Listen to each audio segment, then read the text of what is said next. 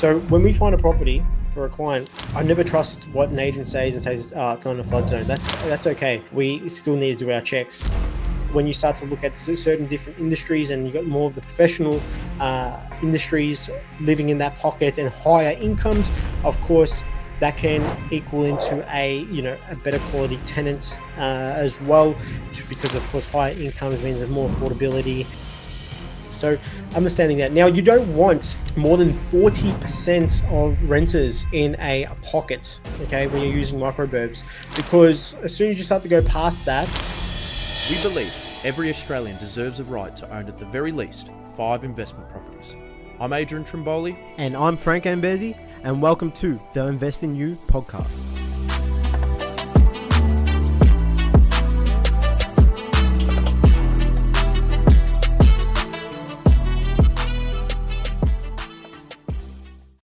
There are no shortcuts to any place worth going by Beverly Sills. Now, today we're going to be talking about how to cut out 95% of the research when you first look at a property.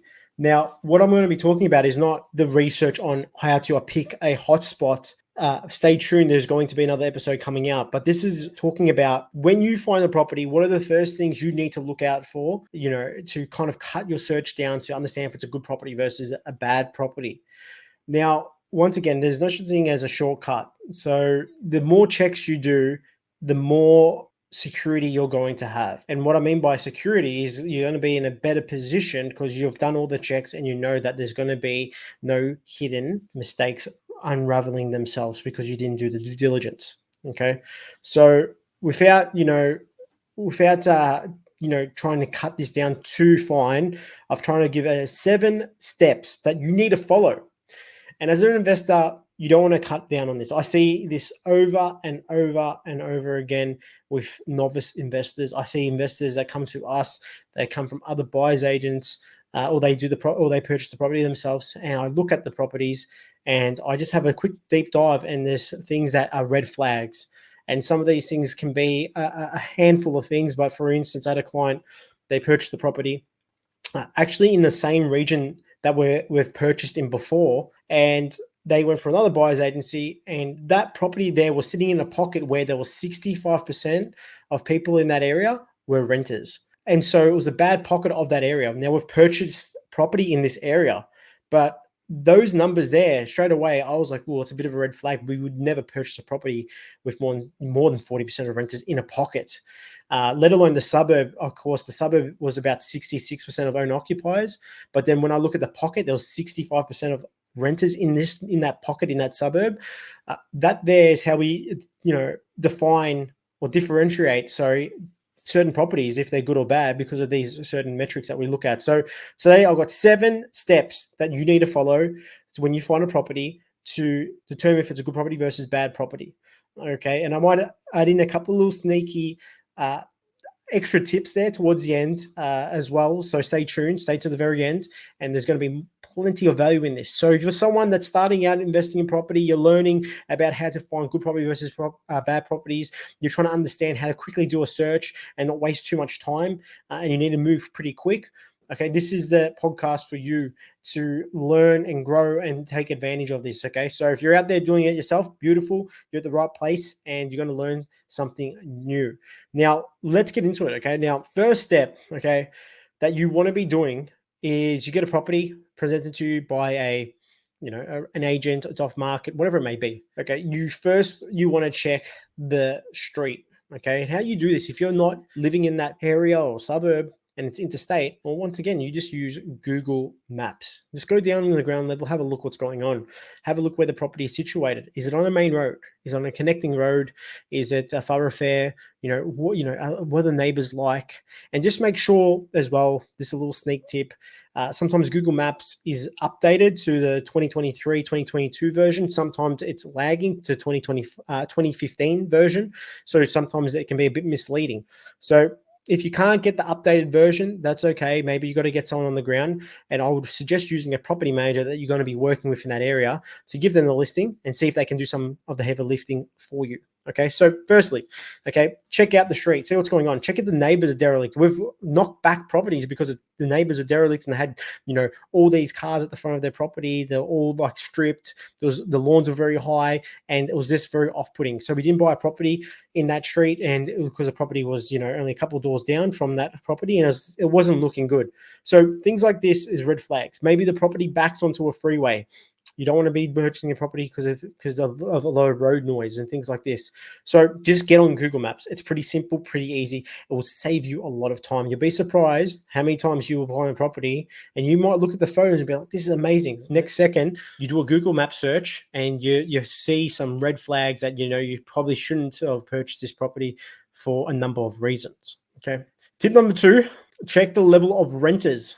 Okay. So there's a program called microburbs, okay, and that there can help you with understanding the good pockets versus bad pockets in a suburb. As we all know, there is some good pockets and bad pockets, and we want to kind of like stay away from the bad pockets in that suburb because it will have an effect long term on your property prices and rental prices and the quality of tenant that you're going to get in the long term. So we always think long term, don't think short term. The market might be good now from a rental perspective. Is it always going to be good? No. So you just have to make sure that you buy a good property in a good area, especially in a good suburb there, in a good pocket. You will get a good tenant regardless if the market does go down, because if you're in a good part of the suburb, you always get good quality candidates. So understanding that. Now, you don't want more than 40% of renters in a pocket, okay, when you're using microburbs, because as soon as you start to go past that, you're starting to compromise on, fundamentals where I don't want more than, 40% of renters in a suburb, a whole suburb. But what I'm talking about is that pocket of that suburb. Okay, microburbs has a special program where you can find the certain pockets that have less renters in a particular pocket in that suburb. So there's more owner occupiers. Have a think about this. Owner occupiers, do they look after their properties compared to landlords? Do they spruce up their properties? Do they renovate their properties? Do they cut their lawns frequently? Do they look after their hedges compared to the landlords? Of course they do. And it's not so much the landlord, sometimes it's the tenant as well, not just really taking too much care of the gardens at the front, and depending on the agreement that they do have with the landlord or the tenant. So that's between them. But the owner occupiers, they look after their properties, or majority of them do. They look after their properties, paint their properties, make them look really nice. So that's going to push up your property prices, and it's going to bring scarcity to that property as well, because if it's in a really good pocket where there's not many renters, people are dying to get into that market, in that little pocket, I should say, to rent a property. So have a think about that. It's very important. It will help long-term tremendously well, and you can always put yourself in a better position. So that's tip number 2. Tip number 3, what is the public housing levels? Okay, now microburbs has another program, of course, that you can definitely find out the public housing levels. And we don't want, too much public housing from a suburb level, anywhere from 15 to 20%. We kind of look at as soon as it starts to get a bit over, 20% or 15, 20% around there, well over that, then you're starting to kind of say, let's stay away from this suburb because it's just got too much public housing. Now, it's understanding the level of public housing, which is very important and a vital part. There is all types of public housing. Of course, you got people that are potentially on the dole or on the pension, and they can't afford to rent a house because they haven't got a stable income. Maybe they've got certain conditions, whatever it may be, health conditions. So the government is subsidizing their rent and paying for their rent. Maybe some of these people may be homeless, and the government is paying for their rent as well, so that can be a form of public housing. Or maybe it's because people are moving to certain areas or regional towns, especially you'll find this because of work. Maybe they're working in the healthcare sector, maybe they're working in the educational sector, or whatever it may be, and the government will subsidize the property rent. So that there's classified as public housing, but it's not bad public housing. You just got to watch out, because as soon as you start to get to the people that are homeless, and government starts to subsidize the public housing for these types of tenants, there's no offense to them, but of course it's going to have an effect on the property prices and the rental market as well from a long-term perspective. So as an investor, you kind of want to minimize that and stay kind of away where there's going to be high public housing in a particular pocket. Now, what level of public housing is suitable when it comes to the actual suburb and the pocket itself when you're using a program like microburbs. Anywhere from below 15%. So is fine. It's just understanding that, 10 to 15% we hover around, but it's just understanding that, okay? And you got to, find out how you can find out these things is by speaking to a property manager or real estate agents on the ground. Now, sometimes you might not feel comfortable with real estate agents because they're trying to just sell you something and not trying to do the right thing by you. So your property manager that you're going to be working with, have a chat with them. They will give you some good insights. Even a pest and building inspector can really help you with this, or someone from the council as well. Okay, so that's very important there. And you just want to make sure what type of public housing, so you're not going to put yourself at risk long term as an investor. Tip number 4, okay, check the insurance premium. Okay, this is quite a vital part. You'll be surprised how many people I've seen run into this situation before. I had a client, they purchased the property, and they purchased this property in Maryborough in Queensland. And what happened was the property, they didn't really do the right due diligence, purchased the property, went to go take out insurance after, you kind of signed the contract, you're under offer. It's time to get insurance, of course, to cover yourself before you settle. Got insurance quote, $6,000 a year. Okay, and there's a number of reasons why this kind of happens sometimes, especially in Queensland or some regional towns. It can be because of, flood risk. It can be high set timber houses like the Queenslander houses in Queensland. Sometimes they can be high risk, or the insurance premium is a lot higher than usual compared to your brick veneer properties. So that's a very big vital part. You don't want to buy a property and all of a sudden there's $6,000 for insurance and it's going to chew out your cash flow. So that's a very important thing. So doing a quick check when you find the property, that will help. Now, pretty quick, go on Allianz, go on Amy, or whatever it may be, have a check on there. Now, there are certain different types of properties or certain regions that really benefit from a certain particular insurer. For instance, let's say if you're buying a duplex or a block of units in Queensland, you probably want to be looking at Suncorp insurance or the Strata insurance. That's going to help because it's a lot cheaper if you went to, say, an Amy or an Allianz. And this is just my own opinion. So full disclaimer, do your own research there and go out there and have a look. Sometimes when you have a look at some other properties in, say, WA, Queensland, WA regional, there is another insurer called Honey Insurance. We find sometimes they're pretty competitive. And then, of course, depending on, up in North Queensland, sometimes we look at Amy is quite competitive also with the insurance premium. And then, of course, around the Perth region, sometimes I find Budget Direct or Amy or Allianz is quite competitive also. But if you do have an insurance broker, that does help. And if you are looking for someone, please let us know. We can point you in the right direction and give you some details if you are looking for someone like an insurance broker. So that's tip number 4. Tip number 5, okay, get familiar with this. It's very important. I think before you kind of start looking at properties in a particular region, start learning the mapping tool, the zoning tool check. So go on the council website, look at the interactive mapping tool, and this is going to help you find the property in particular suburb. Of course, if it's in a flood zone, bushfire zone, if it's in a flight path zone where planes will fly past it, if it's got sewage lines or easement lines or water lines running through the property, if it's in a noise corridor, in a number of reasons you need to find these things out. So it's very important. So when we find a property for a client, I never trust what an agent says and says, it's on a flood zone. That's okay. We still need to do our checks. If it's on a flood zone, amazing. Not a bushfire zone, amazing. You don't want any water lines or sewage lines or easements running through the property, especially if you're going to develop on the property, because that's going to run into some complications, okay? So that is very important. And if it doesn't have any easements, perfect. If it's got a sewage line or a water line running through the middle of the property, you have to understand what will happen if you were to develop on the property, and is it going to have any effects to the property as well. Understanding the zoning. What type of zoning is the property in? Is it low density, medium density, high density? If it isn't a high density zoning, maybe you can do something like by doing a development down the track, adding some blocks of units on the property, some townhouses, and that can be your strategy. Is the property in a noise corridor? This is very important. Noise corridor can be for two things: transport and railway lines. So if you're on a railway line, noise hub, of course, you're going to get a lot of noise. So you don't want to really be there because it can affect your property price and capital growth and rental rental growth and getting the right tenant as well, because not many people will tolerate that. Number two, when it comes to noise corridor, if you're close to a freeway, main road, thoroughfare, something that's going to create a lot of noise and traffic, then of course that's going to affect your property price and rental price as well, of a long period of time as well. So that's a very vital part. Another thing, flight path. Okay, flight path. You don't want to be in a flight path zone next to the airport or where the planes run down the line where the runway is, and you get a lot of that flight or that plane noise. That's going to have an effect as well long term. And it's just, if you can mitigate these risks, that's going to help as well. What else?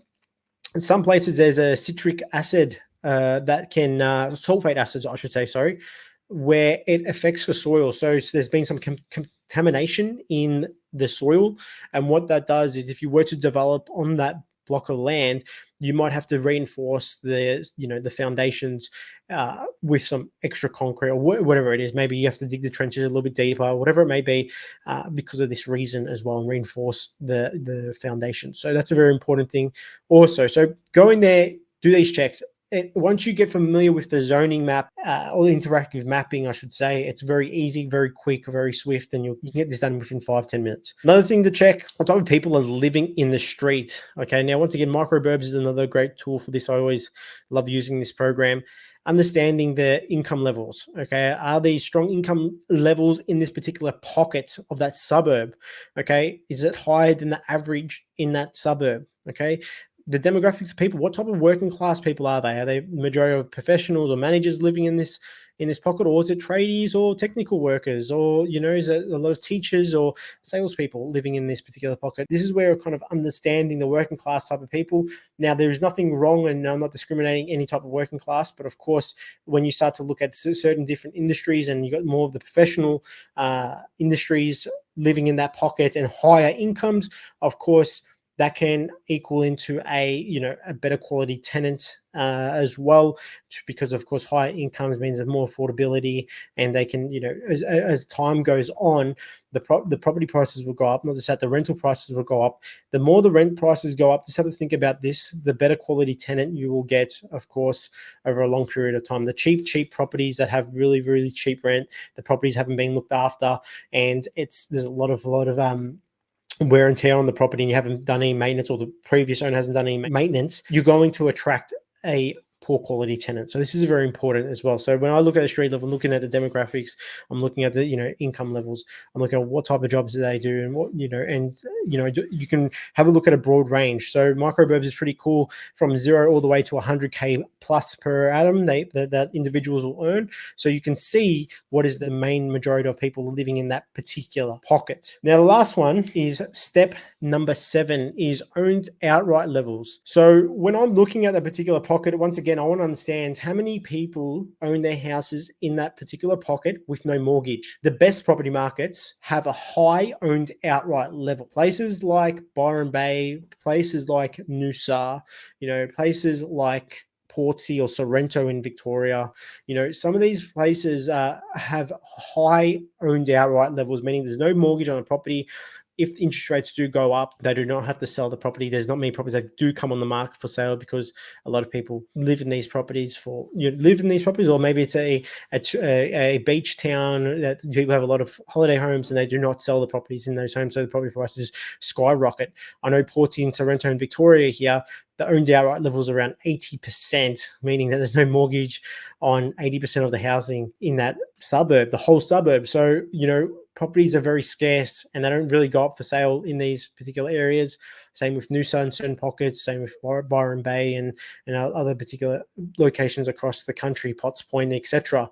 So that's a very vital part. The stronger that number, of course, the more stability in that market from a suburb level and from a street level is very important also. So what is kind of like the bare minimum? I think if the suburb level already has, I look at it as if it's a minimum of say 20%, 20% or greater is kind of where you want to kind of aim. If it starts to get below that, just be aware if there are other better pockets that you can get into with a high owned outright level, that's going to help definitely long term. If that pocket there has, anywhere it's, I say 20% or under 20, say 15 to 20% as a minimum. And, it's not the be all or end all. So keep that in mind. It's not something that we say, if it's not higher than this, or if it's lower than this, we're not going to be investing in that market. There's not so much that. It's just that we want to, try and look at that as a necessity. Now, if you've got a tight budget and you're looking and you're trying to buy a property at like $300,000 or $250,000, then you're going to have to make some compromises with some of these metrics, especially owned outright levels, because that's not going to always stack up and work in your favor. Okay, so just keep this in mind. Some of these tips that I've given you, these 7 tips, you will just have to do some compromising depending on your circumstances, what you're looking for, and this will help free up your search as well. So don't be too stringent on it. I always say that depending on your circumstances, what you're looking for, etc. So there you have it. There are 7 tips on how to cut out 95% of the research when you first look at a property. Now, I want to give one more tip away, okay? And this is going to give you guys a little bit more insights of how you can kind of mitigate a lot more risk, okay? You find the property, you've done your due diligence, you've done your checks, like I've just run past the 7 checks that you've just done. You understand it's all stacking up, okay? Of course, once again, you want to then next is number 8, running your numbers, understanding how much the property is going to rent out for, getting a rental appraisal from a property manager, and understanding what the cash flow position is going to be. So you've asked the sales agent what the rates are, what the water sewage fees are for the year. You factor in your property management fees, you factor in how much rent's going to be and how much you can potentially pick up the property for, and your LVR strategy.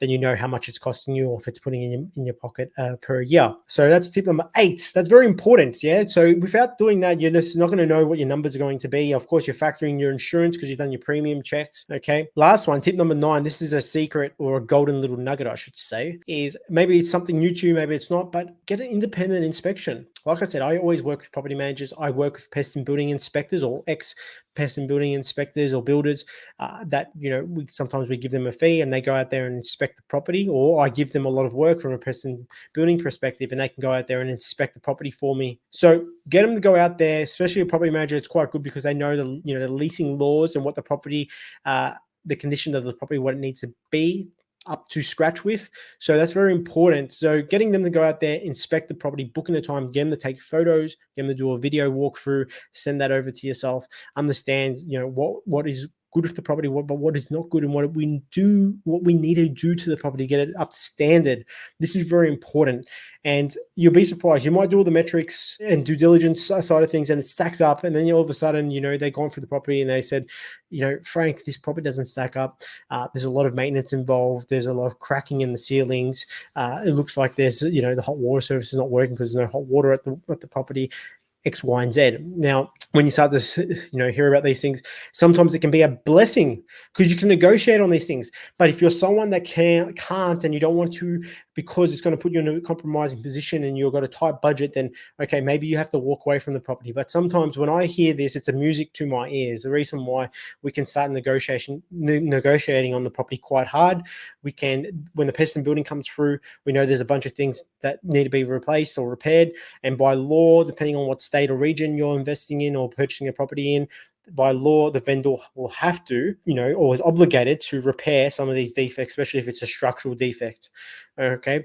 So use this to your advantage. Don't run away. Don't go, oh my God, it needs a bit of work. It needs painting. It needs carpets. Don't run away from that. You can always work around and get the vendor to, either give you a price reduction or, repair the property or do a bit of repair / price reduction, okay, which can work into your advantage. Now keep in mind, they're just as motivated as you to buy the property. They're just as motivated to sell the property because it's on the market. So especially if there is a bit of things involved to repair the property, I look at that as a positive thing because then a majority of people don't want to buy the property. Okay, so hopefully you got some value from this. And if you did and you're listening to this podcast, please like this podcast. Please, like and give us a review. We're trying to empower more Australians to, become better investors, to not make the mistakes that I made when I was investing in property and minimize the risk, go out there, buy the right property.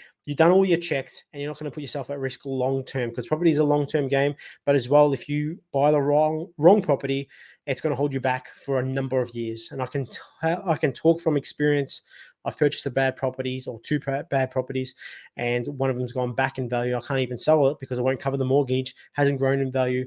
It's severely negative geared, and it's costing me, nearly $20,000 a year to hold this property, and it just hasn't done nothing for me. So that there, I'm lucky. I'm not in a bad position financially, but for some people, if they make that mistakes, it can really make them or break them, to be quite honest. So please, once again, like this podcast, and subscribe, because we're just, once again, I'm trying to give you guys as much information and as value as possible. Now, we're going to have another podcast that's going to be coming out, and it's going to be talking about 10 metrics that you need to use to identify a hotspot. Okay, I get asked a lot of questions. Frank, how do you find a hotspot? How do you know when it's too late?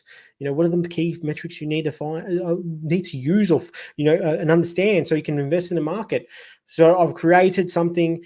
It's going to give you guys a lot of value, and there's a little sneak golden nugget there that you actually get a free resource. I'm not going to reveal what it is, but it's a free resource, something that no one else is doing out there. And I'm going to give you the secret tips and the secret sauce completely for free, nothing to sell to you, just so you guys can have an extreme value. So thank you again, guys. We'll see you with the next podcast. And once again, if you love this podcast, give us a like. That's all we ask. So thank you again, and we'll see you for the next podcast, guys.